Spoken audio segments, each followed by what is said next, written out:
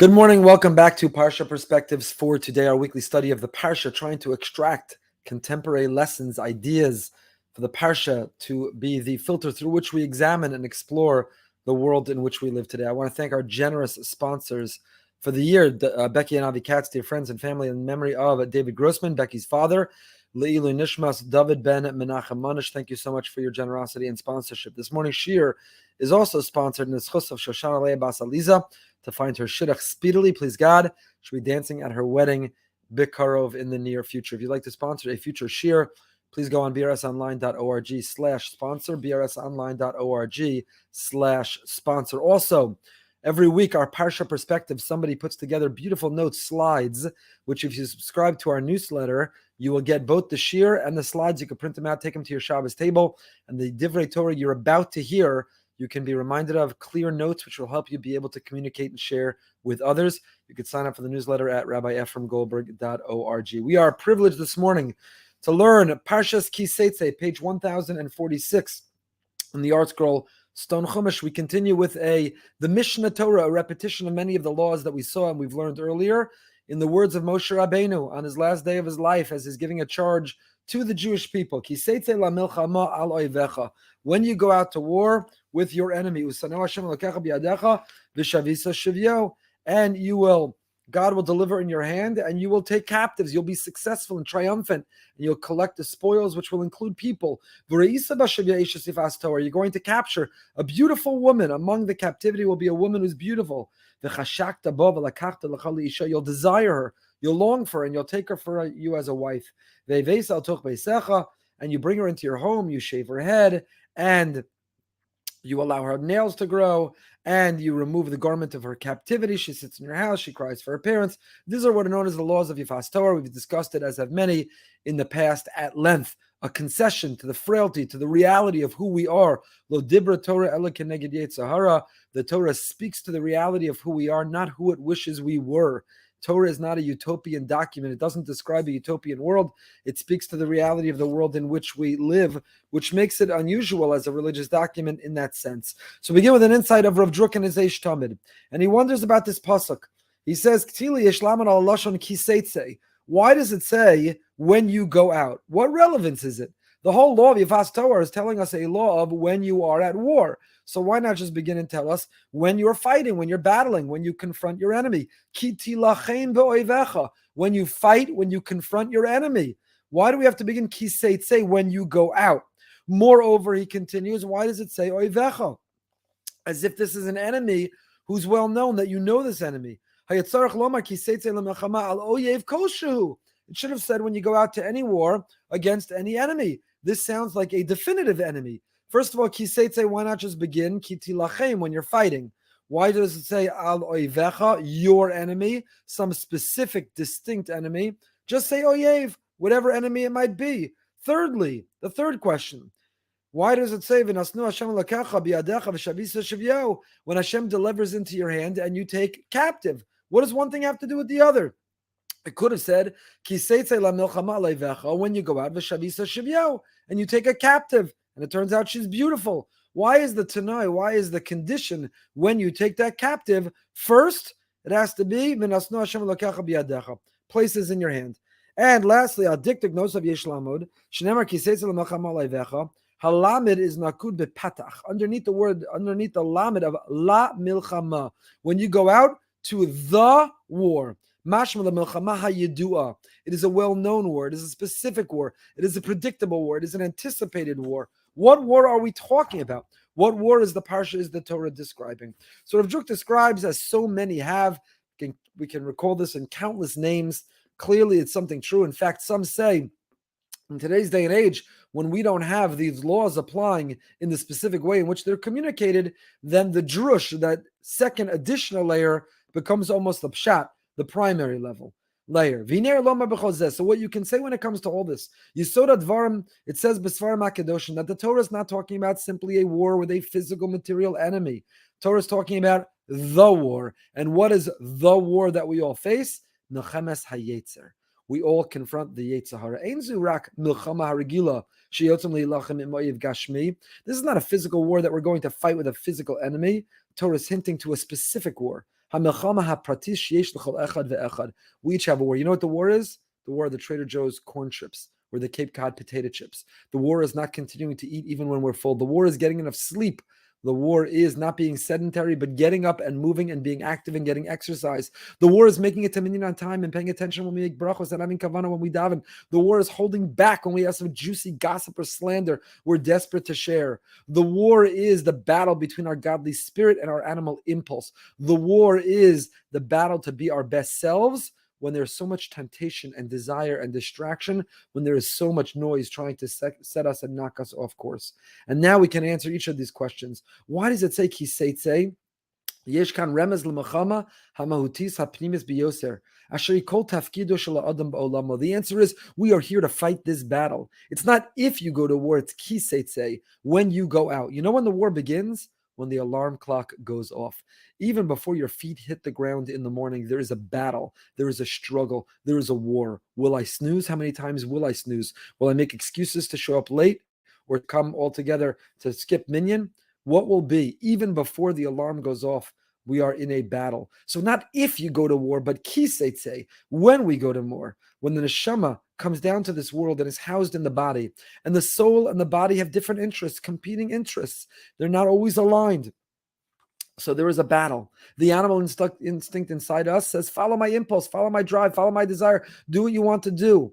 And the godly soul, the godly spirit says, no, you're in control. No, you've got it together. You don't have to give in. That is a battle, ki Seitzei, when you go out, meaning when you come to life, you will be in a battle. And now we can understand this is a battle that goes with us throughout our length of days, throughout our life. And that's what it means, oivecha. Torah is speaking of every person. This is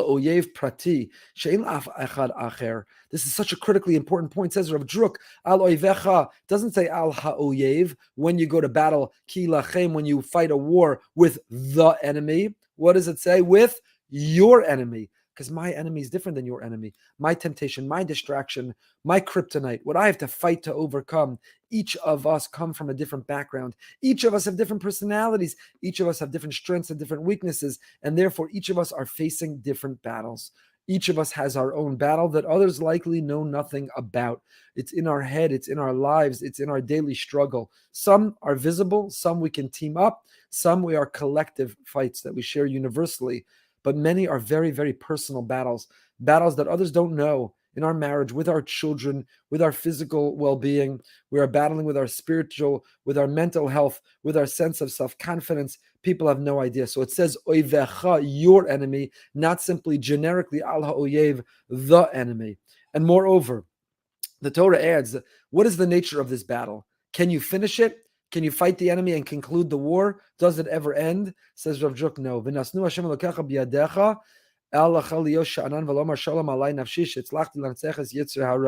You shouldn't feel, even after when God puts the enemy in your hand, when you feel triumphant and victorious, when you think you've won, you need to know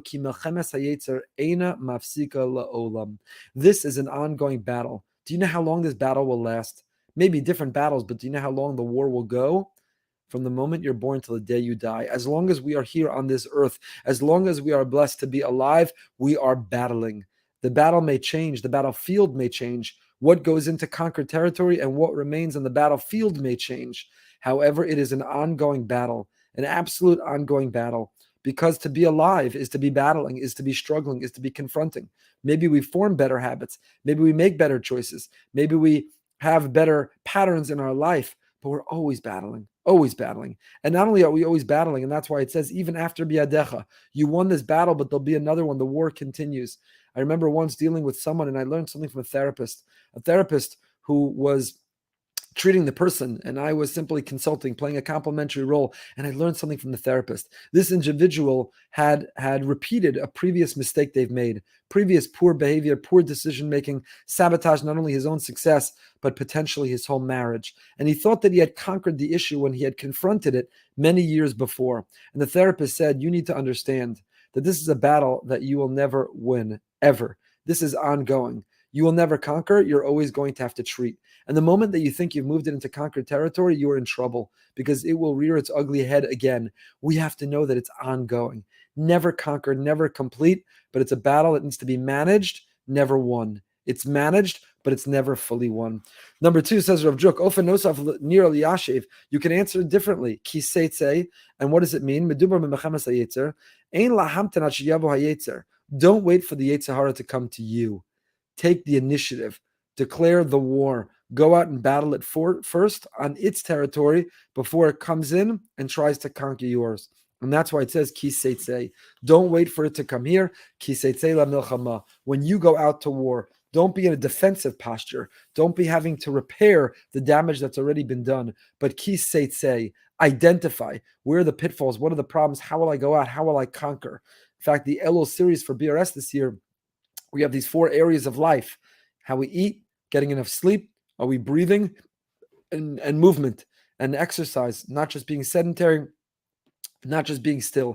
For the next 4 Tuesday nights, Rabbi Moskowitz, many of the rabbis at BRS and I are giving these classes on these 4 different areas, and you can sign up for a WhatsApp group to be challenged and to grow, to get chizuk each day of Elul in these 40 days, less than 40 days now, as we're counting down to Rosh Hashanah, to grow in these 4 areas. Ki Seitzei, we are going out. Don't wait for the battle to come to you. Go, take initiative, and go identify what do I need to improve, fight it and battle it, and try to make it better. Ki Seitzei la milchama al oivecha. Okay, Torah moving along. What happens? A person's going to have 2 wives, one they love, one they hate. You're going to have children. What's the law of the ben ha-bechor? The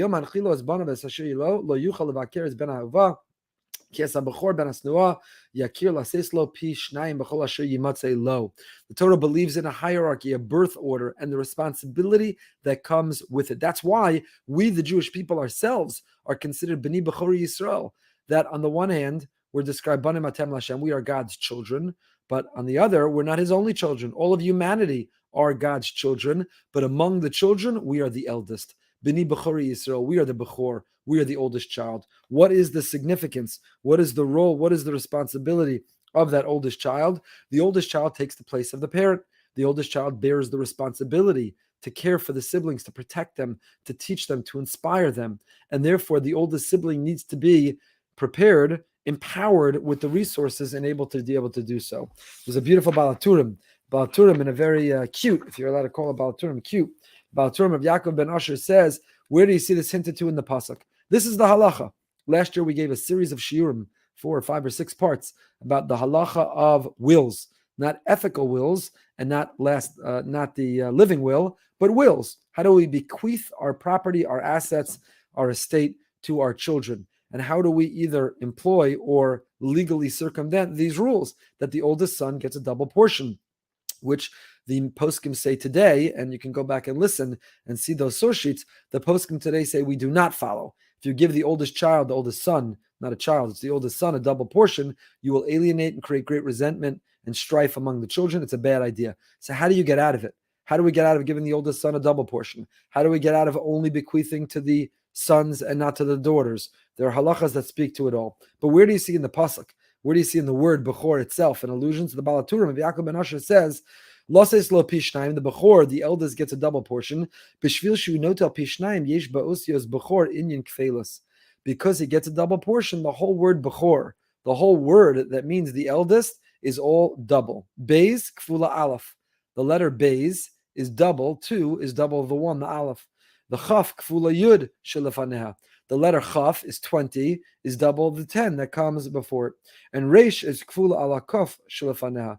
The reish 200 is double the kuf, the 100 that comes before it. So it says the Baal HaTurim, a very cute comment, that the word Bechor itself includes an allusion, a reference to the idea that the eldest child gets a double portion. Beis is double aleph, chaf is double yud, and reish is double kuf. The Bechor gets a double portion so that they are empowered to be able to help the other, to be able to help their siblings and to protect them. Okay, moving right along. Here, Ki Seitzei is filled with a litany of laws, a repetition of all we've seen before, but a beautiful repetition of these laws. Ki ish ben sora umore. We've seen again this at length as well. What happens when a rebellious, a wayward child is born, who is unwilling to listen, rejects all the messages of the father, the mother? They discipline him, but he doesn't listen. He does not change. He's not conditioned by the discipline. So the father and mother grab him, take him out to the elders, and they say, this child, he's rebellious. He won't listen to our voice. He's zolel, a glutton, v'sovei, and a drunkard. We'll mention this when we do my section. I think it's next Tuesday night on how to eat properly. You see that part of what brings down the Ben Sora Umora, this rebellious child who has no future, the rebellious child who has to be eliminated from the Jewish people, is zolel v'sovei, gluttonous, has no boundaries in eating and drinking, has no borders, just indulges in every appetite of food and of drink. And all the men throw stones at him and kill him, and you remove this evil from your city. And there's so many questions. We've studied this in the past as well, the Ben Sora Umora. Our rabbis teach us the criteria to be able to qualify. This never existed. There never was, there never will be a Ben Sora Umora. Why is it included in the Torah? In order lahagdil Torah la'adira, for us to study and to teach and to promote Torah values. So what are those Torah values? What lessons can we extract about parenting and about Jewish education? He never existed, the Ben Sora Umora, but what can we learn? I've shared before, one of my good friends' father once told me he was a Jewish educator and left Jewish education. Maybe that inspired this insight or this Dvar Torah. But he said, read the pasuk differently. This is just a joke. This is not obviously meant to be taken seriously. But read it, Ki yel ish ben sorer. If you have a child who's rebellious, umoreh einenu shamea bekol aviv v'kol imo. But the teacher doesn't listen. The teacher is not obedient. The teacher doesn't follow. What do? You grab the teacher and you say, B'neinu zeh sorer, our child is rebellious, but moreh einenu shamea bekolenu. The teacher, the administrator, the principal at a school, they won't listen. Zolel v'sovei, the teacher, it's all the teacher's fault. You take the teacher out and you stone him. Once upon a time, parent-teacher conference night, the children would sitter. The children were nervous what the parents were going to hear. Now parent-teacher night, the teacher is sitter. It's the teachers who are nervous. The parents are going to come take the children's side and beat them up. It's a mistake. If we want our children to do well, partner and respect and listen and embrace. It doesn't mean every teacher is perfect, but it means the teachers are our partners. So don't read it, B'neinu zeh sorer umoreh einenu shomeya, but realize it's the B'neinu zeh sorer umoreh. That is what goes together. So Chazal teach, our rabbis teach, that the criteria to qualify for this label, what do you earn being a Ben Sorer Umoreh, the psukim delineate who it is. And we have this impression that this child is evil, that this child is wicked, this child is malevolent. But that's not how it started. The story of the Ben Sorer Umoreh, the story of this rebellious child, began not with rebellion, but with boredom, with indifference. Rashi tells us that the word sorer comes from the word sar. He started out by drifting from the path. No one was engaging him or her. He or her, their mind was wandering. They weren't allowed or invited to ask their questions. They were being shut down and stifled. So they were bored. They weren't being defiant or seditious as much as they were being uninspired and apathetic. And when they checked out, and when no one noticed they checked out, is how it all began. They were sorer. They were sar. They were drifting from the path. They were disappearing. They were pulling back. And when no one responded, and when no one noticed, when no one engaged, they didn't just become sorer. They didn't just sar. They didn't just drift. They also became moreh, rebellious, and they became defiant. Einenu shomea b'kol aviv v'kol imo. They refused to listen. The parents are speaking, but they're not listening. Rav Gifter Zatzal points out the pasuk doesn't say Einenu shomea b'dvarenu. It doesn't say, the parents don't come and proclaim he or she are not listening to our words. It says Einenu shomea to what? Kolenu, our voice. Now, for the Ben Sorer Umoreh, the parents are just jumbled sounds. They're not articulate words. They're not compelling. They're not persuasive. They're not changing. All they hear is blah, blah, blah, blah, blah. They say, wake up for davening, and he hears blah, blah, blah. But it's even worse. The HaChaim HaKadosh on our pasuk says, Einenu shomea bekol. It doesn't say Eino shomea. He doesn't hear. It says Einenu shomea. Says the HaChaim, what's the difference between Einenu and Eino? Einenu means he can't. There's a blockage. There's a barrier. It's not that he chooses not to listen. It's that he can't listen. The message is prevented from penetrating. Why? What's causing that breakdown? This child who started with boredom and apathy and then moved to rebelliousness because the parent's voice is not penetrating. Why? Why isn't it penetrating? So the Torah says that you can't hear the voice of the father and the voice of the mother. The Torah never wastes a word, and yet it says kol aviv and kol imo. Why doesn't it just say kol aviv v'imo? Can shorten, it could contract, it could be more concise. So some suggest the answer is because there's a second call. It's not redundant or extraneous. There's a separate call.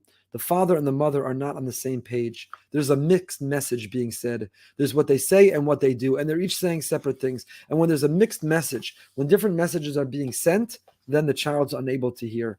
We have to have a unified and a united message, a compelling message, a message that we are living and behaving, a message that we are carrying with our actions as much with our words. If we want our child not to be sar, not to grow bored or apathetic, not to drift from the derech, but to stay on. A lot more to say. You can listen to past years when we talked more insights into the Ben Sorer Umora. But continuing, Perach of Beis, Pasuk Daled. Perach of Beis, Pasuk Daled. Torah tells us, Lo sir es chamor achicha usharon oflim baderech v'hisalamta mehem HaChaim takim imo. You cannot see the donkey of your brother, your ox falling in the road and hide. You can't see that there's someone with a flat tire. You can't see that someone who's struggling or stumbling, whose car ran out of gas or battery broke down. You cannot see somebody who needs to be jump-started, and you're going to keep walking. You're not going to help. You're not going to intervene or interfere or help. You cannot v'hisalamta mehem. Don't close your eyes. Don't look away. Don't bury your face. HaChaim takim imo. Stand up with them. Help them up. Help them. HaChaim takim imo. So they were falling. Chamor achicha, osharo are noflim. They were falling. You have an obligation to help them. But how do you have to help them? How do you have to help them? So look at Rashi. Rashi says, Hakim takim zutina, lahatin masao shenafal me'alav. This means loading what had fallen off the donkey. Imo, im ba'alav. You have to help the person recover with their own help, with their own initiative. So what happens? Somebody's donkey is collapsing under the weight, under the load. Somebody's donkey is collapsing, and you come over to help them. And you say, I'm here, let me help you. And they say, oh, but you have a mitzvah. You have a mitzvah to lift up my donkey. Now you do the mitzvah. I'm going to get a shawarma. You do the mitzvah. I'm going to have a cup of coffee on the side of the road and watch you do all the work. Says Rashi, the word is imo. You have to help with him. If he doesn't want to help himself, you are not obligated to help him. This is a comment not only on the specific halacha of Hakem Takim Imo, of your obligation to help him. Maybe one can extrapolate public policy, public health policy. Do you have to help the people not helping themselves? Do others have to inconvenience themselves or make themselves uncomfortable or go to extreme measures when the people who could be taking advantage of miraculous ways for we can help ourselves are refusing to? What is the halacha? Do we have to protect people who refuse to protect themselves? Or if somebody's not imo, they're not doing what they need to do to protect themselves, then maybe we're not obligated to protect them. Perhaps from our pasuk and this Rashi, one can extrapolate public policy. Rav Moshe Soloveitchik Zatzal, Rav Moshe Soloveitchik said, you see from here a very powerful lesson. Hakem Tikim Imo means not only the law of somebody who has a broken down car, the law of somebody who's collapsing, who if they're not trying to help themselves, the Kli Yakar says on this pasuk, by the way, the Kli Yakar says, you see this when it comes to the laws of tzedakah. Somebody who doesn't try to get a job, somebody who doesn't try to support themselves, they're going to go knock on door to door and they're going to collect tzedakah. And they're going to say, look, I'm noflim baderech. I'm falling, I'm collapsing. I need you, Hakem Takim Imo. I need you to help lift me up, write the check, pay my bill, take care of my family. Now, says the Kli Yakar, you see the word is imo. It's only the person who's trying to help themselves. We help someone who's helping themselves. We inconvenience ourselves. We sacrifice our own resources. We invest in someone who's helping themselves. But if they refuse to help themselves and they put it all on, not someone who's incapable, somebody who is debilitated, somebody who's incapable from helping themselves because of circumstances that are not their fault, of course we have to help them. But somebody who's able to help themselves and chooses not to, they're not looking for a job, they're not earning their wage, they're not doing what they can, they simply want to live off of others, says the Kli Yakar, such an individual, you are exempt. Pasuk says, imo, we're only obligated or responsible with them, imo. So it says Rav Moshe Soloveitchik, what do you see from here? The same is true when it comes to the Ribono Shel Olam. We want Hashem to help us. It's that time of year. It's Elul. We're getting ready for Rosh Hashanah. Hashem, sign, inscribe, seal me for a year of good health and parnasa. Give me nachas for my children. Give me shalom bayis, peace in my home. God, Allah the brachas. I want all the blessings. So God says, I'll help you, imo, if you're helping yourself. And that's that Rav Moshe Soloveitchik is the pshat. That's how we can understand the pasuk. We've begun saying Perek Chav Zayin of Tehillim. We've begun saying Kapitel 27, David HaMelech in LeDavid Hashem Ori V'Yishi. And we say, Achash Sha'alte Me'es Hashem Osa Avakesh. We have a double language. One thing I ask from God, Osa Avakesh, that one thing I want. So what does it mean? Achash Sha'alte. I want one thing. Osa Avakesh, that one thing I want, I ask for. It's redundant. It sounds like we're simply repeating ourselves. Achash Sha'alti, I'm asking for one thing. Osa, the one thing, Avakesh, the one thing is what I'm asking. So how do you understand that? So the answer is that whatever midah HaKadosh Baruch Hu acts with us, we are mevakesh of Hashem Yisbarach to give us siyata d'shmaya on everything. But HaKadosh Baruch Hu will not help us if we don't help ourselves. HaChaim takim imo. So that's the pshat, said Moshe Soloveitchik. Achash Sha'alti me'es Hashem. I have one question. And one question is, Shifti b'beis Hashem kol yimei chayai. I want to sit in Hashem's house all the days of my life. But when will Hashem help me? If oso avakesh.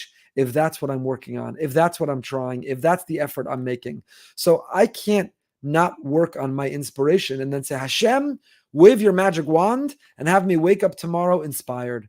What am I doing to inspire myself? Hashem will help contribute to my inspiration if I take those first steps to inspire myself. So Achash Sha'alti me'es Hashem.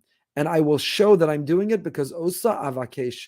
Avakesh doesn't just mean it's what I'm asking for. Avakesh means my behavior, my choices, my lifestyle reflect that I'm a Mevakesh. I'm searching, I'm yearning, I'm working towards living that life. So Hakem Takem Imo. Just like our Parsha has halacha, when a person is collapsing, when their donkey or their car are breaking down, we have to help them jumpstart, revive, get on the road again.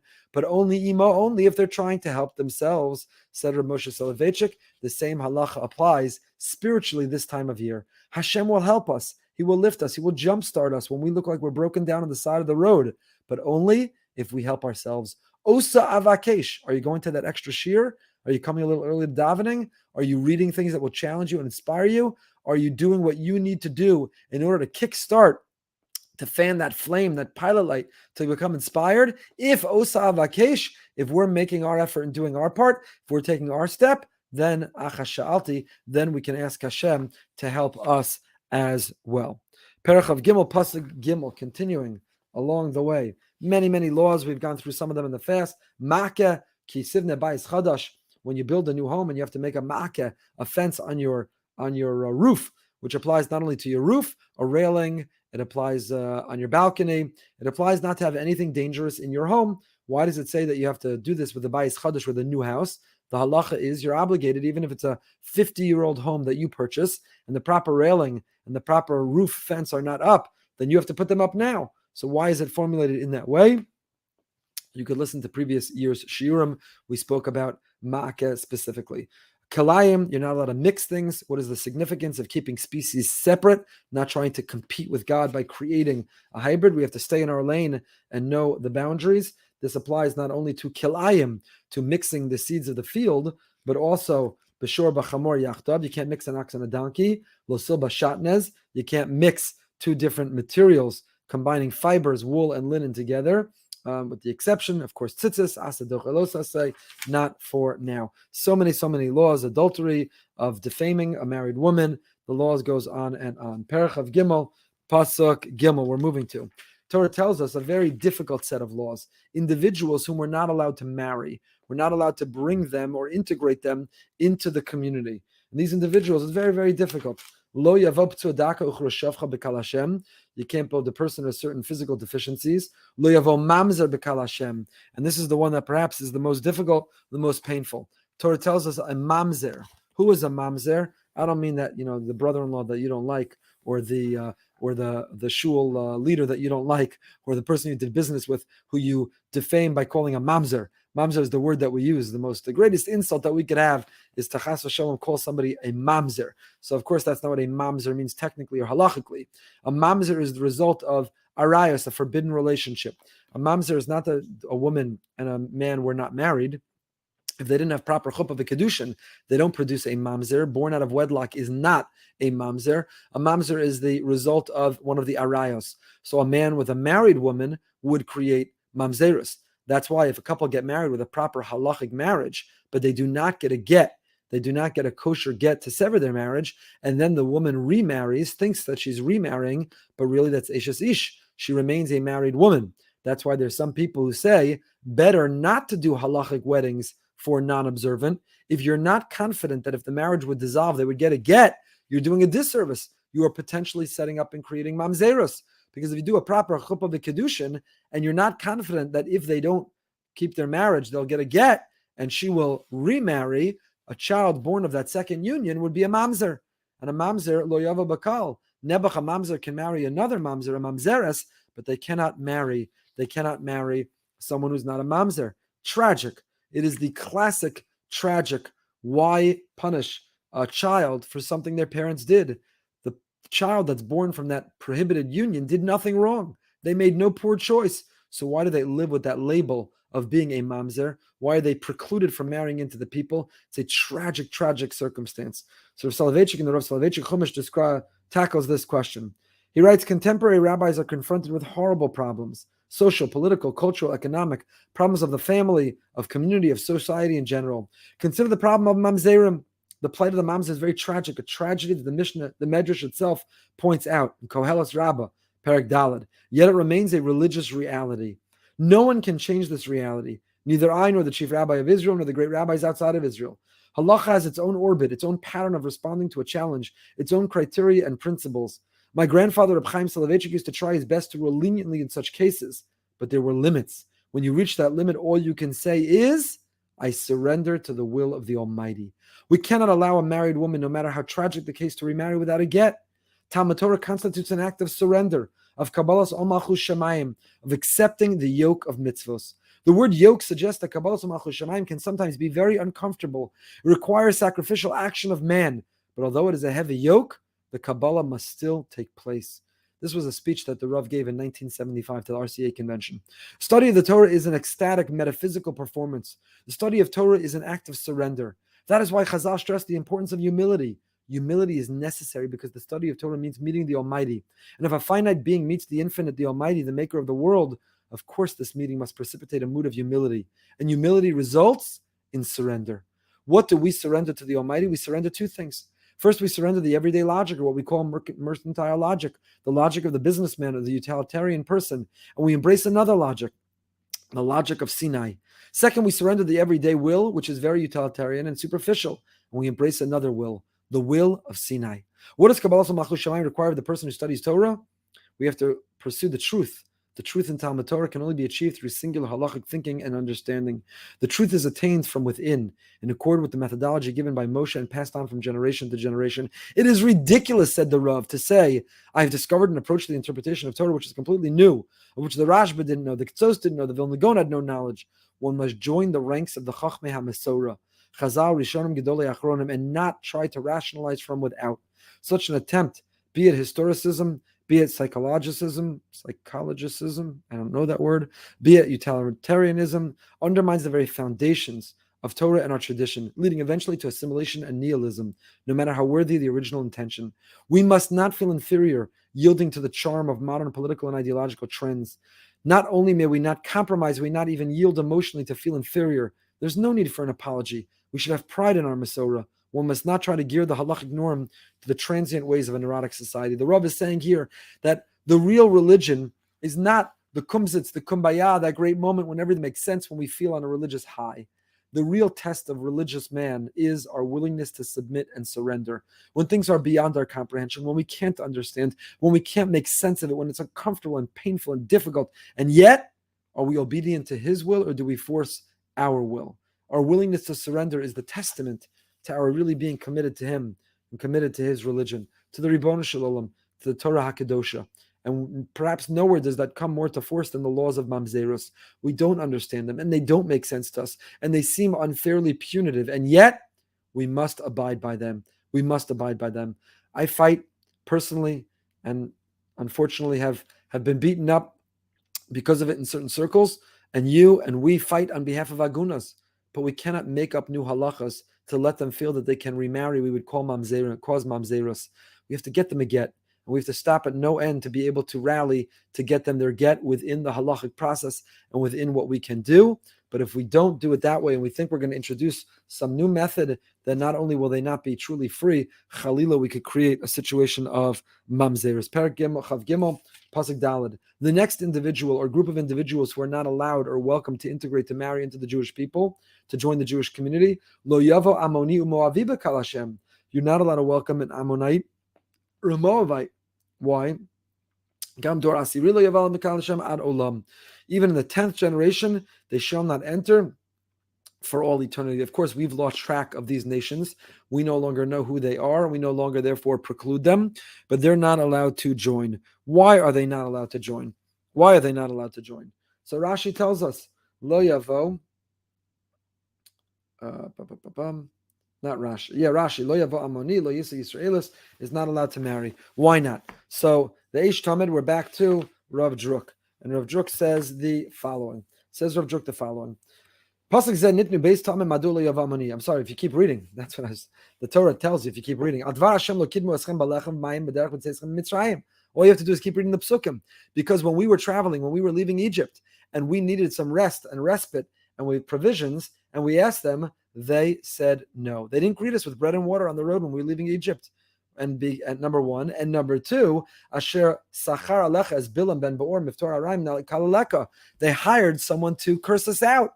They hired an assassin to spiritually try to assassinate us.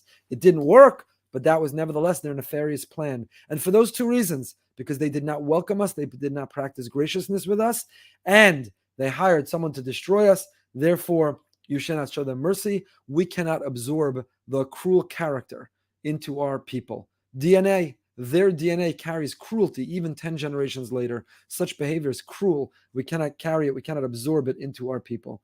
The question is well known. The order is out of order. When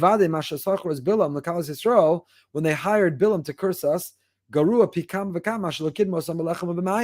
which is the more heinous, which is the more egregious of their violations? Much worse, they tried to hire someone to destroy and obliterate us, to extinguish us altogether. Oh yeah, also when we were hungry, they didn't offer us anything to eat. When we were thirsty, they didn't offer us anything to drink. But what is more egregious? What is more cruel? The fact that they hired someone to destroy us. So why does the Torah list it in the other order? That is the question of Rav Druck. If you want to say Ammon and Moab can't marry into the Jewish people because they have cruelty in their DNA, which is the greater reflection of the intensity of the cruelty? Clearly that they hired someone to destroy us. Also, they didn't offer us something to eat or drink. But why does it first list when we were leaving Egypt, they didn't offer lo kidmos chabalachem v'mayim? That seems to be secondary, not primary. So says Rav Druck near Levar Bezofanim. You can answer in two different ways. Number one, you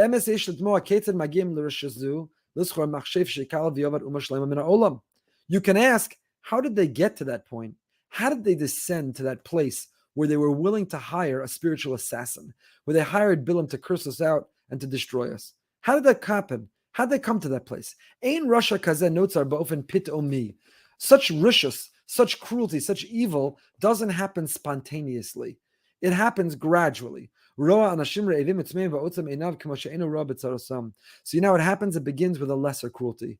When you see people hungry and you see people thirsty, and you not only close your eyes, but you ignore their pleas, when you choose to be cruel to them, you've planted the seed that ultimately will result in your ability to hire someone to destroy. So at first it was a passive cruelty. Your unwillingness to provide provisions was a passive cruelty. But when you can practice passive cruelty, eventually you will practice active cruelty. And that is exactly what happened here, and suggests Rav Druck, that's why that is the order of the psukim.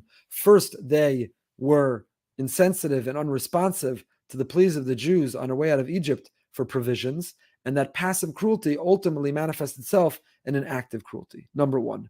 Number two, Ammon and Moab lo nidbu stama kach shelo kidmas am Yisrael b'lechem v'mayim. Sharu Mosa olam yitachen shelo yinvayim al kach b'tzura koch amura. V'al Ammon and Moab halo mibnei lodheim. Maybe nobody was sharing provisions with us. They were not outliers. They were practicing the norm. But why should they have been different? Because after all, where do Ammon and Moab come from? Ammon and Moab descend from Lot. And Lot descends from Avram Avinu. Lot's his nephew. And Lot was saved by Avram Avinu. So really, Lot and his descendants owed the Jewish people for their very existence.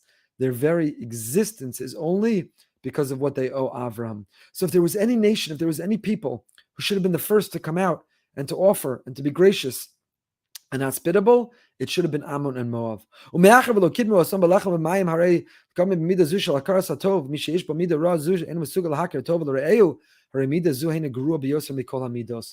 fact that they were ungrateful, they should have been the first. They should have been so grateful. Their entire existence is only because of the behavior of Avram Avinu. So Ammon and Moab, the descendants of Lot, should have said, we owe the Jewish people in perpetuity forever and ever. What can we give you? What can we get you? How can we take care of you? And the fact that they didn't is an act of kafia, of kafui tov. They were ungrateful. Being ungrateful is a fatal character flaw. Being ungrateful is among the worst character flaws you can have, says the Medrash Tanchum and Shemos. Kol kofer b'tovaso shechavero, sofer sheyichbo b'tovaso shel makom. If you're ungrateful to people, you will end up being ungrateful to God. If you can't recognize and say thank you for the good that people do, then ultimately you will not recognize and say thank you for the good and the graciousness that God does. And therefore it's a fatal character flaw. They practice a lack of gratitude. They were unwilling to offer and be hospitable to us. And that's why that was the first reason that was offered. It's not that it's less egregious, it is equal or more egregious. That lack of hospitality, that lack of gratitude is what metastasizes, it's what grows into the other negative qualities that ends up being so damaging as well. And this is also reflected by the Kotzker Rebbe.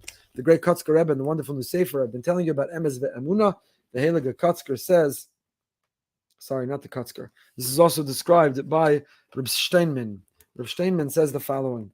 He says, Lo yavo amoni ma'avi b'kal Hashem al devar Hashem, and he quotes the Ramban. Hanira Elai, listen to the Ramban. Hanira Elai ki akasav hirchik shnei ha'achim ha'ela, shayigmolei chesed me'avrom, shehitzel aviyam, v'imam min acher v'ashevi, v'zchuso, shalacham Hashem mitoch ha'afecha, yichavim lasos tova im Yisrael. Says the Ramban, these are descendants of Lot. Avram went to war, went to battle, risked it all in order to save them. And they should have been filled with gratitude. So wonders the Heilige of Aaron Leib Shteinman Zatzal in the Sefer Yelas HaShachar. He wonders, Hakaras HaTov, what do you mean? They can't marry because they lack Hakaras HaTov. Where does it say that non-Jews are obligated in Hakaras HaTov? We have what we call the Sheva Mitzvahs B'nai Noach. We have the 7 Noachide laws. We have very clearly delineated 7 laws that apply to non-Jews. And there's not Hakaras HaTov among them. So how could Hakaras HaTov, the obligation to be grateful, be so strong that the ingratitude caused us to not allow them to marry? Where in the Torah does it say that non-Jews, B'nai Noach, are Musar, they're obligated in Hakaras HaTov and gratitude? So listen to what Shteinman writes. He says, Hakaras HaTov lo mischayve mitzad halacha. Hakaras HaTov hu echad beis b'tzoras adam, mishachas lazos ein lo tavnis tzuras adam klal. Hakaras HaTov is not a mitzvah. Hakaras HaTov is not an obligation that non-Jews have. Hakaras HaTov is are the building blocks and the definition of what it means to be a person. To be a human being is to be grateful. And if you are ungrateful, if you can't recognize the good that someone has done, it's not that you have omitted or violated a mitzvah. It's that you are failing to be a person. And that's what Chazal say in Avodah Zarah Daf Hey. Mahaisa taina al adam arishon b'chet achilas eitz hadas kafli tov v'haya. What was the taina? What was the indictment against Adam that he ate from the Eitz Hadas? Because he was ungrateful. The lack of gratitude. God put him in the Garden of Eden. He said, eat to your heart's content, have whatever you want. Hit the shmor called the Gan Eden. However, one thing don't touch. And when he did, he violated the whole purpose he was created. He was ungrateful. When you are ungrateful, you're not even a Ben Adam. When you are ungrateful, you violate your very existence as a person, identity as a person. And for that, Adam was expelled. So similarly here, says Rav Shteinman, you see that B'nai Noach, non-Jews, are not obligated as a mitzvah. There are 7, not 8 Noachide laws, yet it's part of the building block, the cornerstone, the fabric of what it means to be a person is the responsibility and the obligation to express gratitude, Perach of Daled Pasuk Tezayin. Let's skip that. We don't have enough time. I want to get to a few more things. Let's do it. Perach of Daled Pasuk Tezayin. Chapter 24, verse 16. Torah tells us, moving right along, divorce and remarriage. kidnapping, tsaras, and slander. Wow, so many mitzvahs. Ki Seitzei is chock full with 1,000,000 mitzvahs. Slight exaggeration, but lots and lots of mitzvahs. So Perek Chaf, Daled Perek Tes, Pasuk Tes Zayin. Lo yumsu avos abanim abanim lo yumsu alavos, ish becheto yumaso. Individual responsibility. The Torah tells us fathers should not be put to death because of children. Children should not be put to death because of parents. A person is put to death for their own sin. Lo yumsu banim al avosam. Back to the Rav Soloveitchik Chumash. Rav Soloveitchik Chumash, he says the following. In Pirkei Avos, we're told that at the end of our lives, we'll be required to give din v'cheshbon, an accounting and a reckoning for our days and years in this world. Din involves individual judgment for what we accomplished and how much we failed to accomplish. Each man shall be put to death for his own transgression. Each person for their own. Ish becheto yumas. That's din. What is cheshbon? Cheshbon is for one's progeny as well. Offspring can be a great asset for the departed soul, or alternatively, a great liability. The Gemara in Sukkah Daf Nun Vav, we learn of the priestly family of Bilga, whose rights and privileges in the Beis Hamikdash were curtailed because of the behavior of one daughter who rejected Judaism and married a Greek soldier. So the family of Bilga, this esteemed, prominent family of Kohanim, we learn, lost their rights and privileges because one of their children married a Greek soldier. The Gemara Rosh Hashanah Lamed Beis states on the day of the Rosh Hashanah, the books of living and the books of the dead are open before Hashem. Sifrei HaChaim and Sifrei Mesim. It's usually interpreted to mean that on this day, Hashem judges who will live and who will die. Those who will live out the year are inscribed in the book of the living, and those who will not are inscribed in the book of the dead. But there is, however, another possible interpretation, says Rav Soloveitchik. The books of the living and of the dead represent judgment for both the living and the dead. All of mankind are judged on this day. The book of living represents the judgment for those who are alive, and the book of the dead represents a recurring verdict pronounced upon those who have already died. So it means the book of the living and the book of the dead is not about whether you will be inscribed in the book of life or death, but it means that even those who are not here, they are examined once again. Why could they be examined? They're in the world to come. They're in the Olam HaEmes. They're no longer in a world of free will and of choice. For what are they being examined? Says the Rav. The reason for continuing judgment of those who are no longer alive is that the consequences of a person's actions cannot always be immediately determined. For example, one may have raised a child without a proper religious education. As a result, the child will later turn his back on Judaism, which will in turn result in the assimilation of his own children and grandchildren.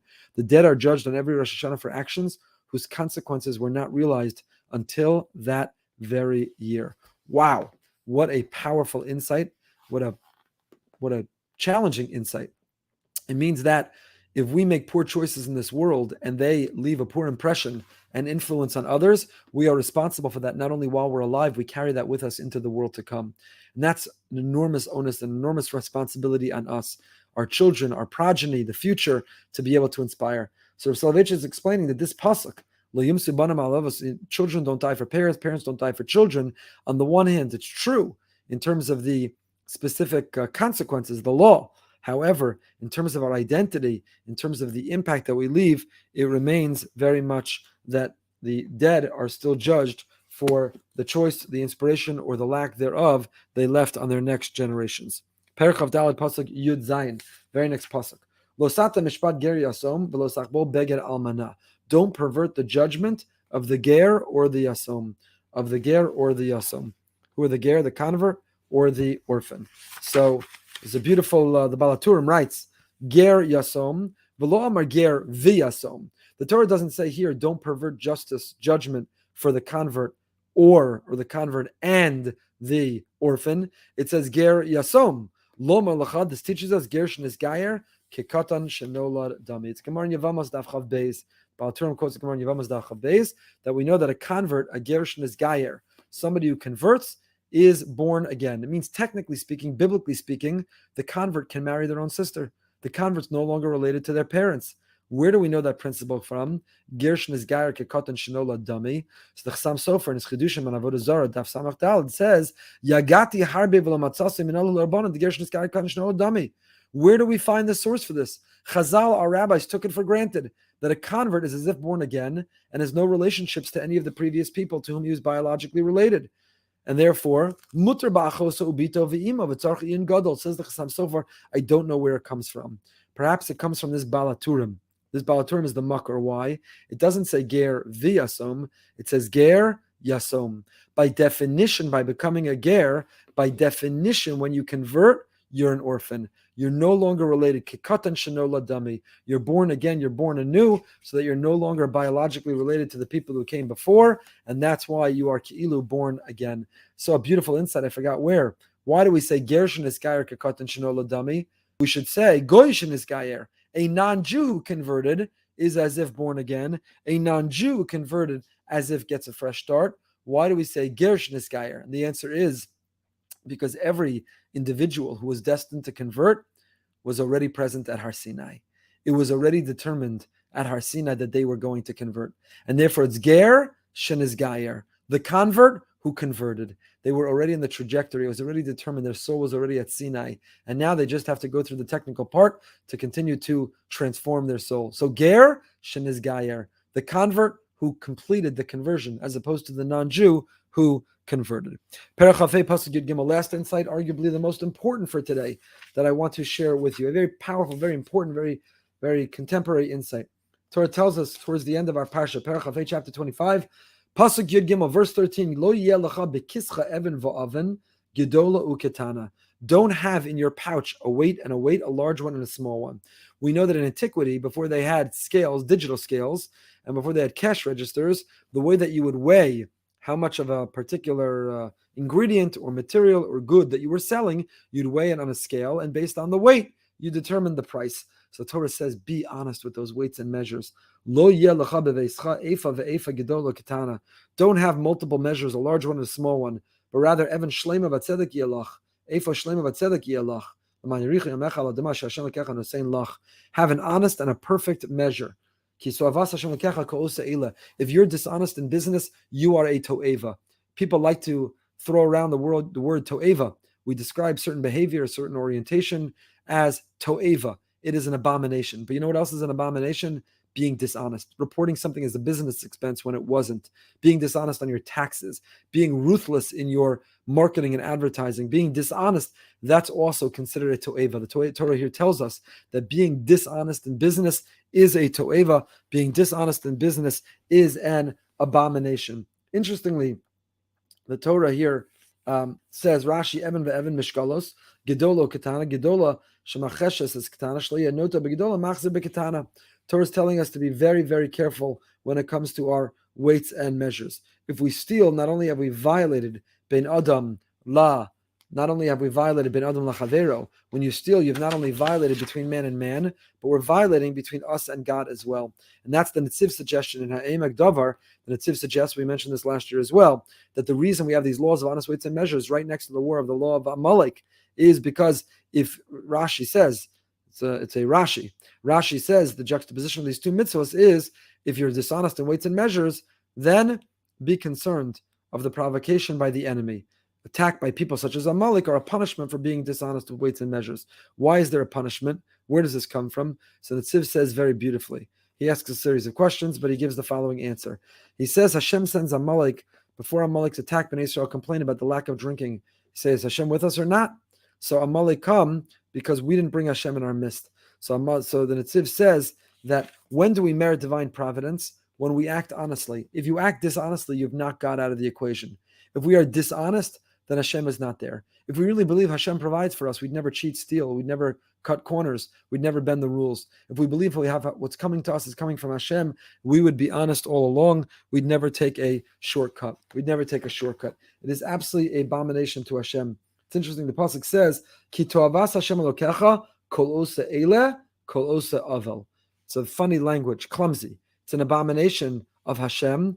All who do this, all who act corruptly. Why this? Kol osa ele kol osa avel. So the Menachem Tzion Zaks, the Heilige Menachem Tzion. You know, I quote him often. I love Moshe Rav in Chicago, the son-in-law of T. Pesach Frank. The Menachem Tzion says, what does it mean? Ki to'avas Hashem. You know what's an abomination to God? You know what is the biggest abomination to God? Kol osa ele, when you keep all of Torah, and then kol osa avel, and then you cheat in business.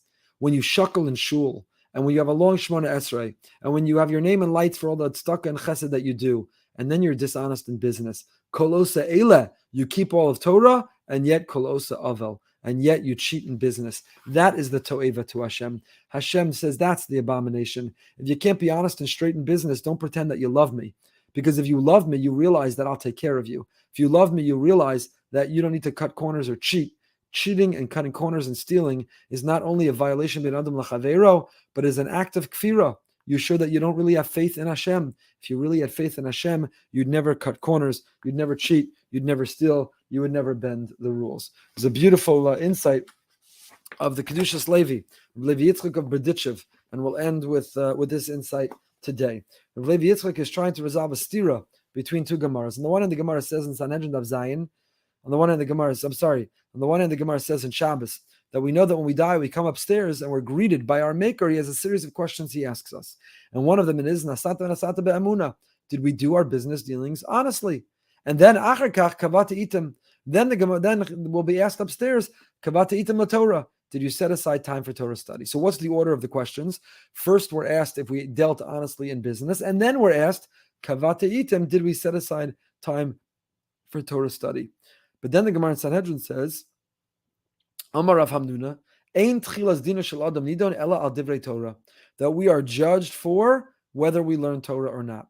So which is it? Are we first asked about honest business dealings, or are we first asked about our commitment to learning Torah? So listen to what the Kedushas Levi, the Heilige of Levi Yitzchak of Berditchev, says something so beautiful. Nira levar the sheila achasi, really the very same question. Were you honest in business and did you learn Torah? Haba hatalia. If you do business dealings honestly, then clearly you've learned Torah.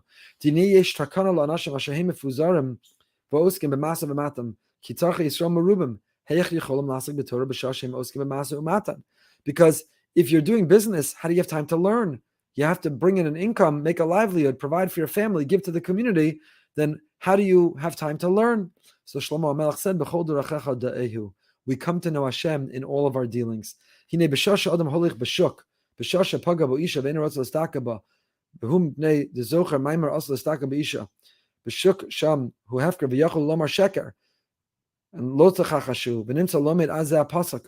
Because when you go out to the marketplace and you're tempted to cheat in business, but you remember Evan Shlema, no, I have to have a complete and I have to have whole weights and measures.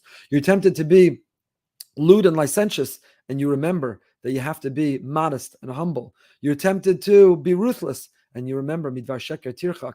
You cannot tell a lie. When you go out into business in the business world and you are employing and engaging all the lessons of Torah all day long, that is the fulfillment of kavata itim l'Torah.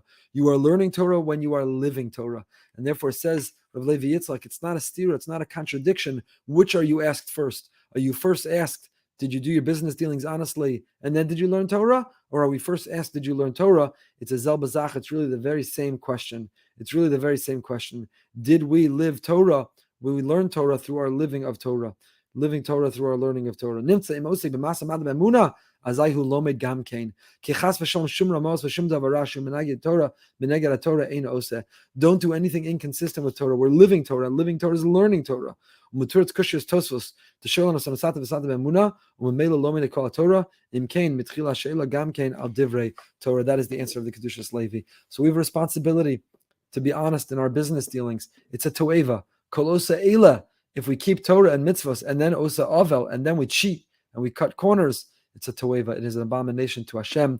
We should all be honest and straight and bring great merit. The ORB, our local hashgacha, several years ago, decided not only to test the ingredients in each of our stores, but we calibrate the scales. We want to make sure whatever people are being charged, however many ounces or pounds they claim it to be, that those scales are honest. Because part of kashrus is yashrus. You have to keep not only kosher, you have to be yosher. You have to be honest and straight. Otherwise, it is a toeva. It is an abomination. Again, if you'd like to sponsor a future shiur, go on brsonline.org/sponsor. If you'd like to get the notes of today's shiur and you want to be able to bring it to your Shabbos table and share these divrei Torah, simply subscribe to the newsletter, rabbiefremgoldberg.org, rabbiefremgoldberg.org. Sign up to get that newsletter, and in it you will have the beautiful Parsha PDF for your table. Until next time, tomorrow, 10 minutes of meaning 8:15, living with Muna 8:45, and 9 p.m. tomorrow night, Wednesday night.